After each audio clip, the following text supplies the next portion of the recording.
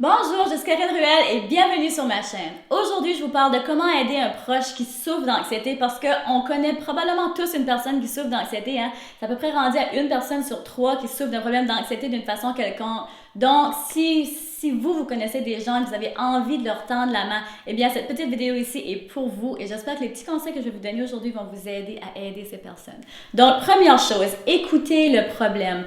Parce que c'est pas tout le monde qui est capable de définir c'est quoi l'anxiété ou peut-être même qu'ils sont pas conscients que c'est de l'anxiété. Donc, soyez alerte à des mots comme je me sens stressée, je me sens tendue, j'arrive pas à relaxer, je suis toujours préoccupée.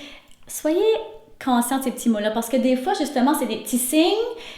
Puis, ils sont pas capables de le mettre en mots. Donc, le fait de leur faire réaliser, OK, ou de leur poser des questions, votre rôle à vous, c'est de leur poser des questions, de dire, mais comment tu te sens quand ça se passe? Est-ce que ça se produit souvent? Est-ce que ça dure longtemps? À quoi tu penses quand ça arrive? Parce que en leur posant ces questions-là, vous allez les aider à clarifier ce qui se passe dans leur tête. Et parfois, le fait de mettre le doigt dessus, de dire « Hey, c'est de l'anxiété que je fais », des fois, là, ça aide. Et puis, c'est le premier pas vers la guérison, quand on est capable de dire « OK, regarde, je fais de l'anxiété. Maintenant, je vais essayer de trouver des moyens de gérer cette anxiété-là. » Donc, de juste leur poser des questions, d'écouter ce qu'ils ont à dire, d'être là, d'être empathique, déjà ça peut vraiment les aider. Donc, numéro 1. Ensuite, identifier une attaque de panique. De un, il faudrait savoir c'est quoi une attaque de panique. Une attaque de panique, c'est décrit lorsqu'on sent qu'on a une montée d'anxiété qui prend le contrôle sur notre tête et le contrôle sur notre corps. Donc, lorsque ça arrive, les gens vont peut-être vous rapporter des choses comme « Mon Dieu, j'ai tellement chaud » ou « J'ai l'impression que je vais évanouir » ou « J'ai mal au ventre ». Ils peuvent avoir des nausées, des diarrhées, des vomissements. Ils peuvent aussi avoir des tremblements dans les mains. Ils peuvent avoir vraiment différents symptômes. Chaque symptôme est propre à chacun. Mais lorsque ça arrive, asseyez-vous avec cette personne-là, puis demandez-lui, OK, qu'est-ce qui se passe? À quoi tu penses? Comment tu te sens? Donc, juste le fait de leur poser des questions, peut-être que là, ils vont réaliser, OK, je fais une attaque de panique tout de suite. Et lorsqu'elle réalise, lorsqu'elle est capable d'identifier qu'elle fait une attaque de panique, eh bien souvent, la durée des symptômes est beaucoup moins longue et puis l'intensité des symptômes est beaucoup moins longue. Donc, vraiment, si vous pouvez les aider à faire ça, je suis certaine qu'ils vont être extrêmement reconnaissants. Et puis aussi, il faut savoir que lorsque une personne fait une attaque de panique, ça dure environ 15 minutes. Puis si elle est capable d'identifier qu'elle fait justement l'attaque de panique, eh bien peut-être justement que ça va réduire au moins la durée de cette attaque de panique. Donc ça, c'est aussi une autre chose que vous pouvez faire pour les aider. Dernière chose, c'est de les inciter à consulter.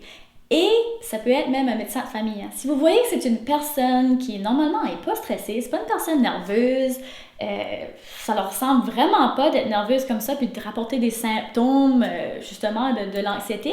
Donc peut-être que là, c'est un indice qui dit OK, c'est peut-être une condition médicale parce qu'il y a des conditions médicales qui ressemblent à de l'anxiété. Donc je vous invite à aller consulter un médecin, les inciter à consulter un médecin de famille parce que ça peut être une condition médicale.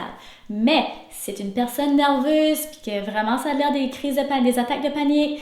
Puis vraiment, non, là, c'est rendu que ça l'handicape, qu'elle ne veut plus conduire son auto parce qu'elle est trop nerveuse, elle ne veut plus aller au travail, elle s'isole dans sa maison. Là, quand c'est rendu à ce point-là, vraiment, s'il vous plaît, incitez-les à consulter un psychologue ou un psychothérapeute qui favorise la thérapie cognitivo-comportementale parce que c'est celle-là qui a été prouvée, qui aide le plus pour ce genre de problématique. Donc, je vous invite vraiment à essayer de les inciter à consulter parce que ça peut vraiment les aider.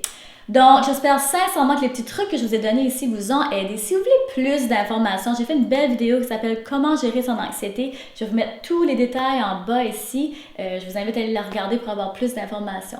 Donc, un énorme merci. J'espère que ça vous a aidé. Si vous avez aimé la vidéo, aimez-la, partagez-la. Et si vous n'êtes pas inscrit à ma chaîne, je vous invite à vous inscrire pour ne pas manquer les prochaines vidéos. Un énorme merci et aux prochaines vidéos!